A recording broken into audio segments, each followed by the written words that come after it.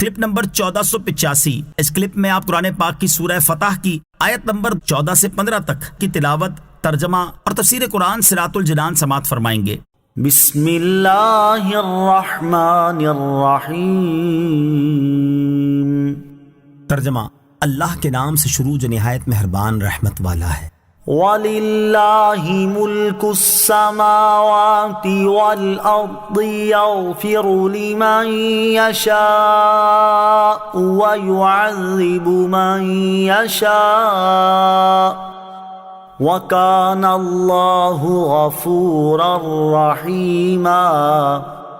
ترجمہ، اور آسمانوں اور زمین کی سلطنت اللہ ہی کے لیے ہے، جس کی چاہے مغفرت فرمائے اور جسے چاہے عذاب دے، اور اللہ بخشنے والا مہربان ہے۔ وَلِلَّهِ مُلْكُ السَّمَاوَاتِ وَالْأَرْضِ، اور آسمانوں اور زمین کی سلطنت اللہ ہی کے لیے ہے۔ بیعت کرنے والوں اور برے گمان کرنے والوں کا حال بیان کرنے کے بعد یہاں ارشاد فرمایا جا رہا ہے کہ آسمانوں اور زمین کی سلطنت اللہ تعالیٰ کے لیے ہے، وہ ان میں جیسے چاہے تصرف فرمائے، اور جس کی یہ شان ہے وہ اپنی مشیت کے مطابق جس کی چاہے مغفرت فرمائے اور جسے چاہے عذاب دے، اور اس کی مغفرت اور رحمت عذاب کے مقابلے میں زیادہ ہے، جیسا کہ آیت کے آخر میں یہ ارشاد فرمانے سے معلوم ہوا کہ اللہ تعالیٰ بخشنے والا مہربان ہے۔ مغفرت اور عذاب سے متعلق چار باتیں، یہاں مغفرت اور عذاب سے متعلق چار باتیں یاد رکھیں۔ نمبر 1، گناہگار مسلمان کی مغفرت فرما دینا اللہ تعالیٰ کا فضل ہے، اور اسے عذاب دینا اس کا عدل ہے، اور کسی کو یہ حق حاصل نہیں ہے کہ وہ اللہ تعالیٰ کے فضل اور عدل پر اعتراض کر کے اس میں دخل اندازی کرے۔ نمبر 2، اللہ تعالیٰ کی رحمت اس کے غضب پر حاوی ہے، اور عذاب کے مقابلے میں مغفرت زیادہ ہے، لیکن اس کی وجہ سے نیک اعمال چھوڑ دینا اور نافرمانیوں میں مبتلا ہو جانا بہت بڑی نادانی ہے۔ نمبر 3، اللہ تعالیٰ اور اس کے رسول علیہ الصلوۃ والسلام پر صحیح طریقے سے ایمان لانا اور ایمان کے تقاضوں کے مطابق عمل کرنا اللہ تعالیٰ کی مغفرت حاصل ہونے کے اہم ترین ذرائع اور اسباب ہیں۔ انہیں اختیار کرنے کے بعد اس کے فضل کی امید رکھنی چاہیے اور اس کے عدل سے ڈرنا چاہیے۔ نمبر 4، جو لوگ کافر ہیں اور کسی صورت اپنے کفر سے توبہ کر کے ایمان لانے پر تیار نہیں اور وہ اسی حال میں مر جاتے ہیں، یوں ہی جو شخص زندگی میں مسلمان رہا لیکن اس کا خاتمہ ایمان پر نہ ہوا، ان کی مغفرت کی کوئی صورت ہی نہیں ہے، اور یہ لوگ ہمیشہ کے لیے جہنم میں ہی جائیں گے۔ لہٰذا کافر تو دین اسلام میں داخل ہو جائیں، اور ہر مسلمان کو چاہیے کہ وہ اپنے ایمان کی حفاظت کی فکر کرے۔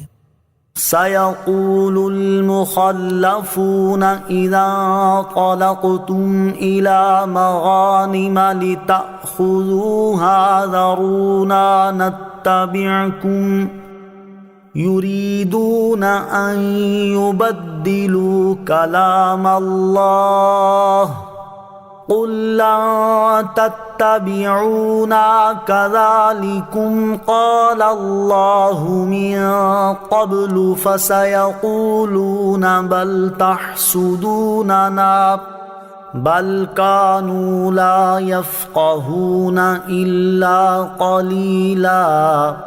ترجمہ، جب تم غنیمتیں حاصل کرنے کے لیے ان کی طرف چلو گے تو پیچھے رہ جانے والے کہیں گے ہمیں بھی اپنے پیچھے آنے دو۔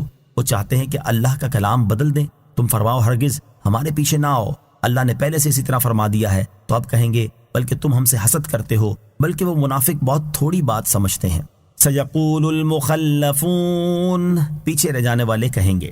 جب مسلمان حدیبیہ کی صلح سے فارغ ہو کر واپس آئے تو اللہ تعالیٰ نے ان سے خیبر کی فتح کا وعدہ فرمایا، اور وہاں سے حاصل ہونے والے غنیمت کے اموال حدیبیہ میں حاضر ہونے والوں کے لیے خاص کر دیے گئے۔ جب خیبر کی طرف روانہ ہونے کا وقت آیا تو مسلمانوں کو یہ خبر دی گئی کہ جو لوگ حدیبیہ میں حاضر نہیں ہوئے وہ غنیمت کے لالچ میں تمہارے ساتھ جانا چاہیں گے، اور تم سے کہیں گے ہم بھی تمہارے ساتھ خیبر چلیں اور جنگ میں شریک ہوں۔ یہ لوگ چاہتے ہیں کہ اللہ تعالیٰ نے حدیبیہ میں شرکت کرنے والوں کے ساتھ جو وعدہ فرمایا کہ خیبر کی غنیمت ان کے لیے خاص ہے اسے بدل دیں۔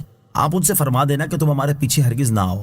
اللہ تعالیٰ نے ہمارے مدینہ منورہ آنے سے پہلے یوں ہی فرما دیا ہے کہ غزوہ خیبر میں وہی شریک ہوں گے اور اس کی غنیمتیں انہی کو ملیں گی جنہوں نے حدیبیہ میں شرکت کی تھی، اور ہم تمہیں اپنے ساتھ آنے کی اجازت دے کر اس حکم کی خلاف ورزی نہیں کر سکتے۔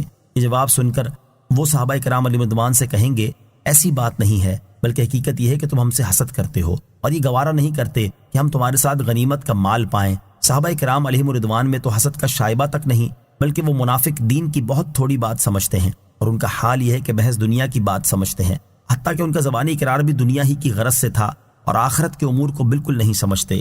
یہاں فتح خیبر اور اس سے حاصل ہونے والی غنیمت کی تقسیم سے متعلق مزید 2 باتیں سماعت کیجیے۔ نمبر 1، صلح حدیبیہ 6 ہجری میں ہوئی اور فتح خیبر 7 ہجری میں۔ خیبر نہایت آسانی سے فتح ہو گیا اور وہاں مسلمانوں کو بہت غنیمتیں ملیں۔ نمبر 2، حضرت جعفر رضی اللہ تعالیٰ عنہ اپنے ساتھیوں کے ہمراہ جنگ خیبر کے موقع پر حبشہ سے پہنچے تو حضور علیہ الصلوۃ والسلام نے انہیں بھی غنیمت سے حصہ دیا۔ یہ عطیہ سلطانی تھا، لہذا اس عطا کی وجہ سے آپ علیہ الصلوۃ والسلام پر کوئی اعتراض نہیں کیا جا